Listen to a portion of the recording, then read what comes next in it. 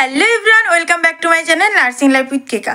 তোমাদের আগের কমিউনিটি পোস্টে যারা দেখেছো জানো বলেছিলাম যে 2024-এর ব্যাচটা যে পাস আউট হয়েছে, মানে 2022-24-এর যে ব্যাচ তাদের জয়নিং এখনও কেন হচ্ছে না বা কী আপডেট সেটা জানাবো।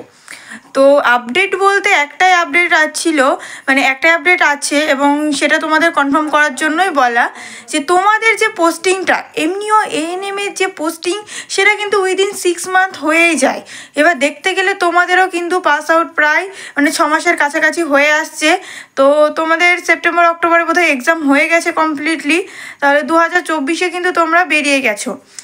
এখন কিন্তু 2025-এর মার্চও পার হয়ে যাচ্ছে, তাও কিন্তু এএনএমের এই ব্যাচের পোস্টিং হয়নি। তো একটা গ্রুপ মারফত, এটা কোনো অফিসিয়াল ইনফরমেশান নয়, অবশ্যই অফিসিয়াল ইনফরমেশান নয়, কিন্তু এই যে ভেতরকার খবর কিছু জানো কি না এইভাবে যারা জিজ্ঞেস করছিল, এটা একটা ভিতরের খবর বা একটা গ্রুপ থেকে পাওয়া খবর বলতে পারো, যে তোমরা যেটা ভাবছিলে যে ওবিসিদের জন্য ওবিসিদের যে কেসটা রয়েছে সুপ্রিম কোর্টে রয়েছে, হোল্ড হয়ে আছে, সেই কেসের জন্যই কি পোস্টিং পিছিয়ে যাচ্ছে।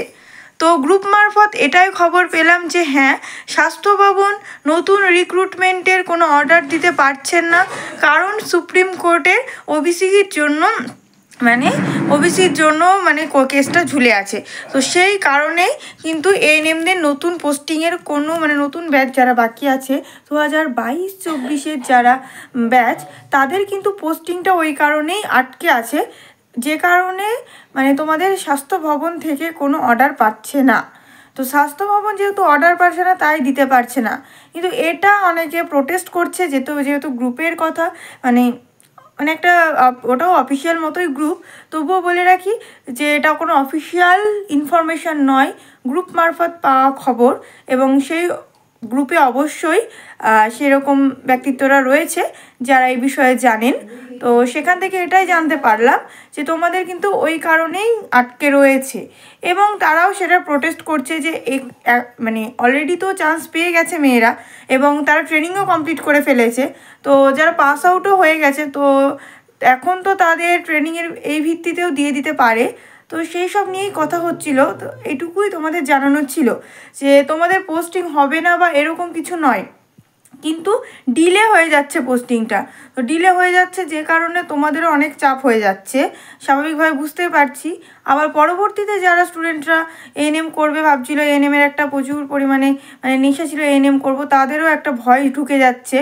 তো টেনশন করো না, কিন্তু তোমাদের ডিলে হয়ে যাচ্ছে এই কারণেই।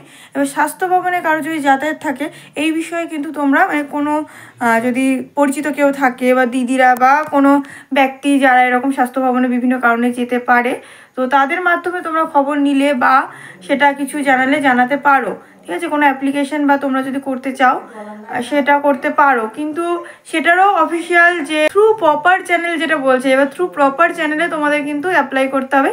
সেই প্রপার চ্যানেলটা কি সেটা যদিও আমি সেভাবে কোনো অ্যাপ্লিকেশান তো সেভাবে করিনি, তো মেল বা কিছুর মাধ্যমে তোমাদের যদি করার কথা বলা হয় তাহলে সেক্ষেত্রে তোমরা অবশ্যই সেটা ইনিশিয়েটিভটা নিও, আর কিছুই বলার সেরকম নেই। তো তোমাদের এটাই বলছি যে তোমরা যারা নতুন ব্যাচ আছো অবশ্যই ভয় পেও না, টেনশন করো না, কেস তো সলভ হবেই, এবং সলভ হলেই কিন্তু রিক্রুটমেন্ট তারা পেয়ে যাবে, এবং পরের রিক্রুটমেন্টও কিন্তু হয়ে যাবে, ঠিক আছে। সিট কিন্তু রয়েছে, সিট নেই এমনটা ব্যাপার নেই, বা ভ্যাকান্ট নেই সাব সেন্টার এমন কিন্তু ব্যাপার নেই। তো আজকের ভিডিওটা এই ইনফরমেশনই দেওয়া ছিল, গতকালকে ভিডিওটা দেবো বলেছিলাম তবুও দিতে পারিনি, যাই হোক কিছু কাজের প্রবলেমের জন্যই। তো তোমাদের ইনফরমেশনটি কেমন লাগলো অবশ্যই জানিও, ভালো লাগলে একটা লাইক করে দিও, আর তোমাদের যারা বন্ধুরা আছে টেনশনে আছে এগুলো জানতে চাই, এএনএম জিএনএম ইন্টারেস্টেড রয়েছে, তাদের সঙ্গে ভিডিওটা শেয়ার করতে পারো, এবং তোমাদের মতামত কমেন্টে জানিয়ে যেও। আর তোমাদের কমেন্টে তোমরা কি জানতে চাও বা কী ধরনের ভিডিও চাও, 2025-এ যারা জয়েন করবে তারা কী ধরনের ভিডিও চাও অবশ্যই আমাকে জানিও। দেখা হচ্ছে পরবর্তী ভিডিওতে। Thanks for watching.